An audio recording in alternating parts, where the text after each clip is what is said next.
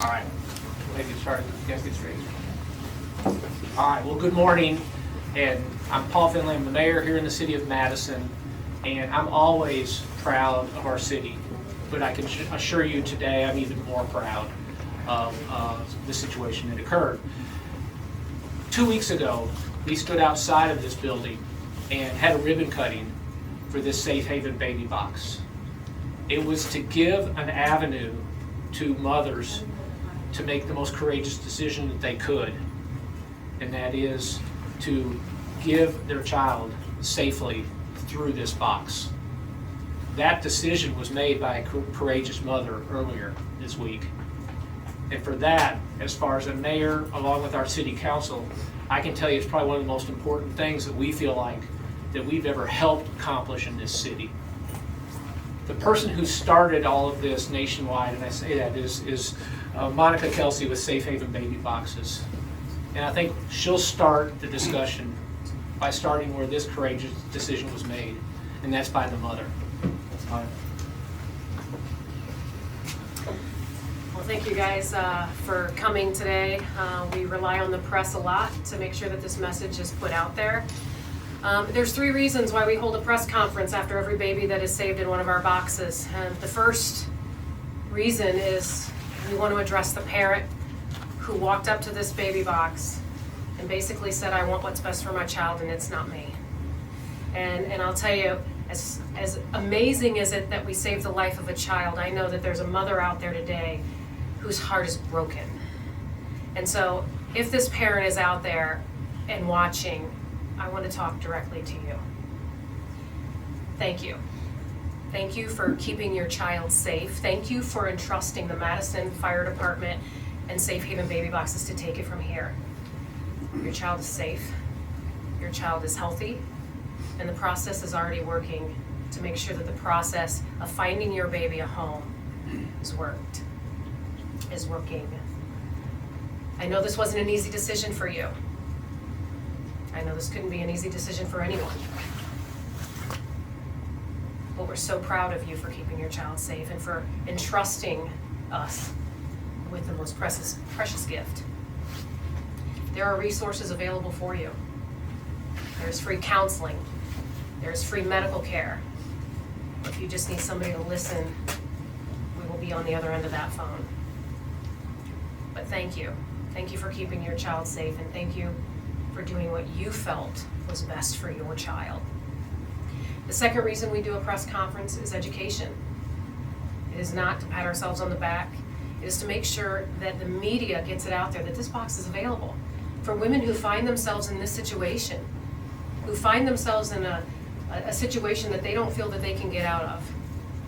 We have a lot of people that contact us on our hotline. We've helped over 9,000 women make choices.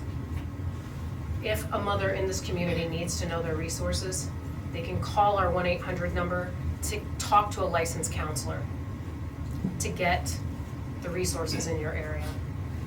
The third reason we do a press conference is to let you know that this box worked exactly as it was designed. The fire department had this infant in their arms within 2 minutes. This baby was being loved on by some big burly guys. You know, they're all tough, right? They're all tough till they get a newborn in their arms. But this baby was in the arms of a loving firefighter within 2 minutes. The process worked. The process worked. And so, once again, we are so proud of you. We want to thank you for keeping your child safe. You know, most of you know that I was abandoned as an infant. This baby was not abandoned. This baby was legally, safely, lovingly, and anonymously placed in the Safe Haven baby box by a mother that wanted something more for them. And we honor her for that. Thank you. All right. And while we talk about the mother and that courageous decision, I know everyone here wants to know about the baby that came through this box. And with that, when these babies eventually work through, and we'll talk about in a minute, the transition from box through our fire department and Madison Hospital, it eventually gets to the Department of Human Resources, or DHR, here in the state of Alabama. So to give you some information on that, we have the Deputy Attorney General for the state, John Schlenker, and the Director of Madison local DHR, Corey Williams, to give you a little bit of information on the baby as they received it.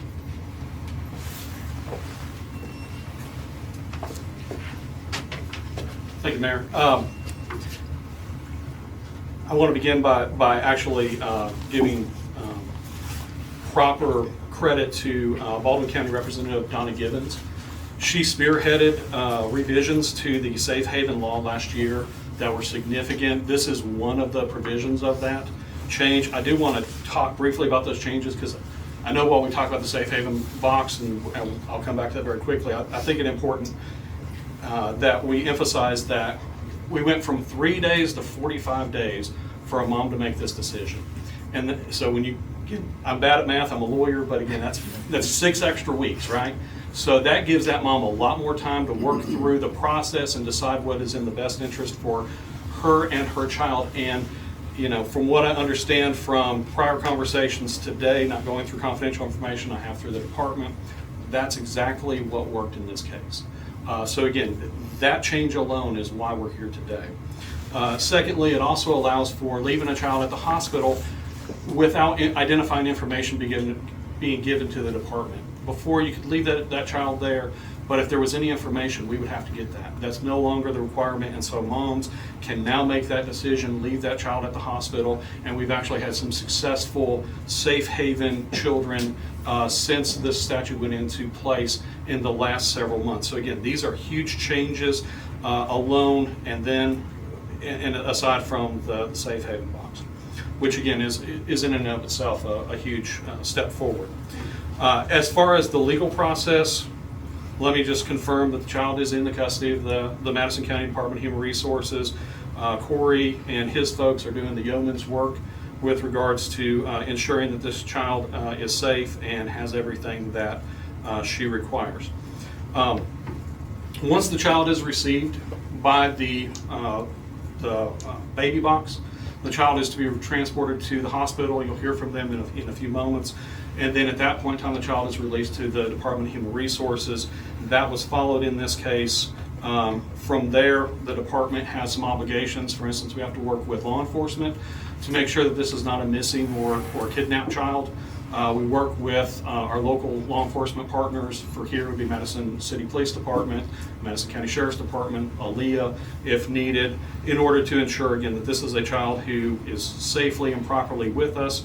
We also are filing a dependent petition with the court of the juvenile court in order to ensure that the child is within that 72 hours placed into our legal custody for a longer term. At the same time, the department then is also pursuing what we call permanency. And we're also at that time filing petitions in order to have that child placed into the permanent legal custody of the Department of Human Resources so that we can place that child up for adoption. In every case that I'm aware of with a safe haven baby, when that child leaves the hospital, that child is placed with an adoptive parent. That parent is licensed, approved, ready to adopt. It's a matter of getting the legal check marks crossed off, and that takes a little bit of time. My guess is if you had a child left here on January 22nd, by the end of March, we will have a child who is adopted. There's no reason, unless, again, there's certain things happen. You know, y'all get ice up here, right? So that slows down courts. But again, short of that sort of thing, again, there's no reason why this child will not be very quickly placed into a permanent legal custody, into an adoptive resource. Let's see. I do want to just emphasize as well too, and we were having some conversations earlier today before y'all were here. The Alabama Department of Human Resources has over 600 foster parents who are committed at this point in time to adopt children, and that's exclusively what they're licensed for. If you're a parent and you're trying to make this decision, understand we have parents who are ready, willing, and able to take that child, and we are ready to place that child. So if you need to make that decision, understand and rest assured we're going to make sure that child is safe. We have over 2,000 foster parents who are also adoptive parents as well. So again, lawyer, not good at math, it's over 2,600 homes ready, willing, and able to take custody of and placement forever of these children. We want to make sure your child is safe. So if you got to make that decision, rest assured, DHR is ready to make that happen. If you are interested in being a foster parent, please here in Madison County, contact Corey and his people. We will gladly work with you in getting you ready to be either a foster to adoptive parent or also an adoptive parent. And we'll be around for questions later on. Thank you.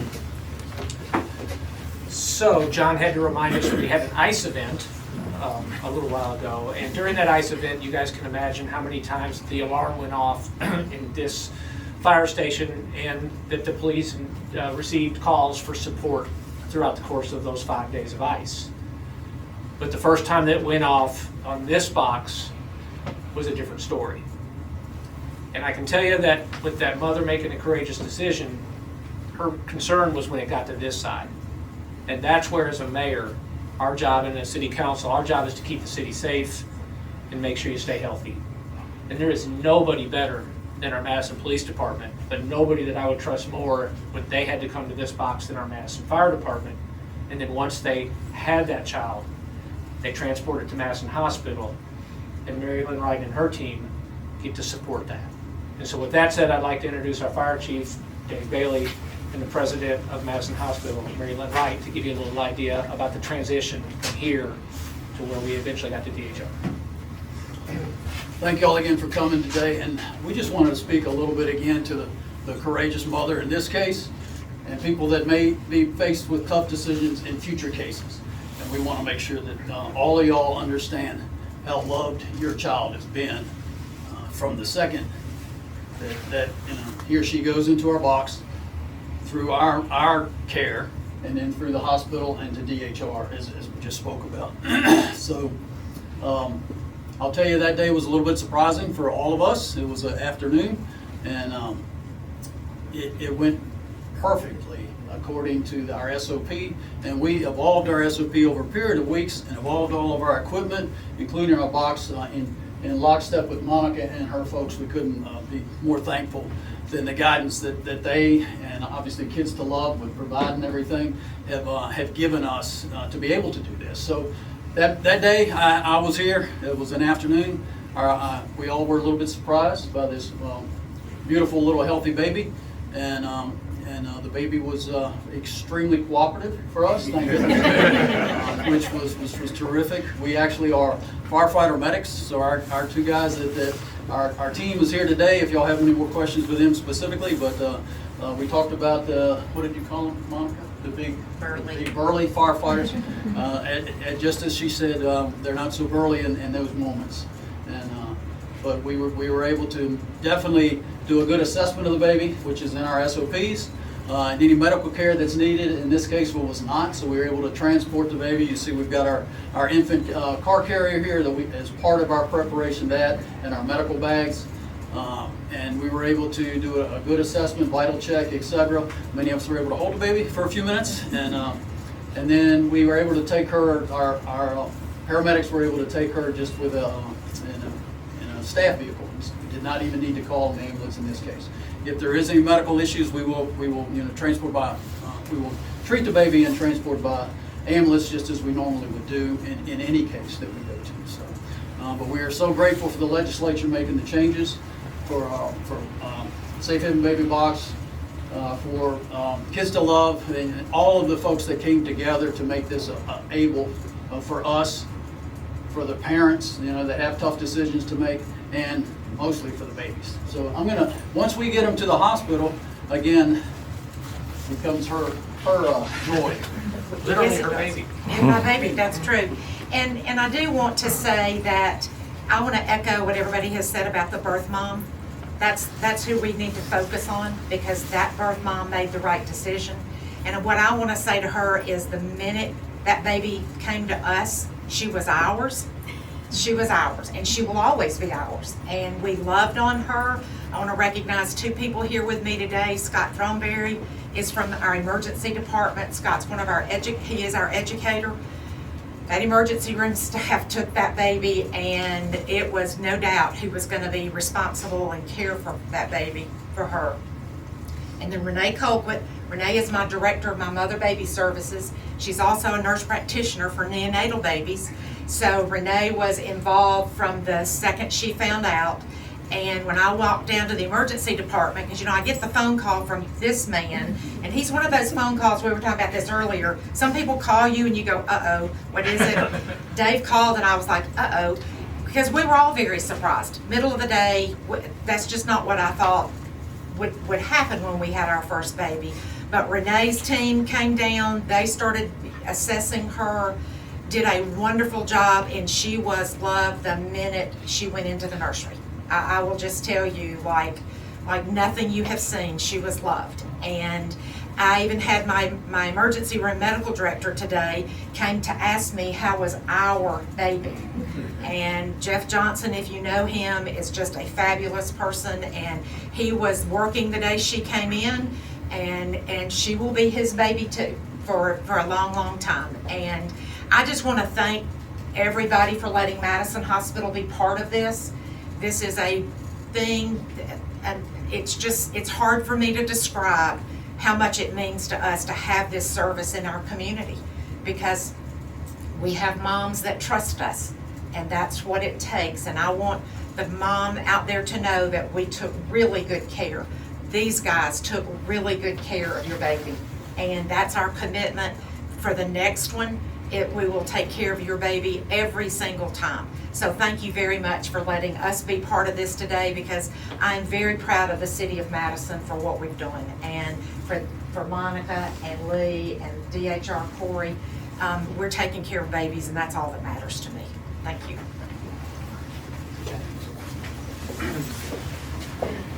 So while Monica, excuse me, Safe Haven was a national program, it wasn't in Alabama. Someone had to spearhead the start of that happening in Alabama, and we're blessed that it happened in Madison, Alabama. And that person, from our standpoint, is the founder and CEO of, I guess you're president and founder of Kids to Love, and that's Lee Marshall. And I have a feeling we won't stop here, but we're sort of appreciative of her efforts and our team's efforts to work with the state legislators and then our fire folks and Monica to make this happen in Madison, to give this mother the opportunity to transition this child. So with that, I introduce Lee Marshall from Kids to Love. Thank you, Mayor.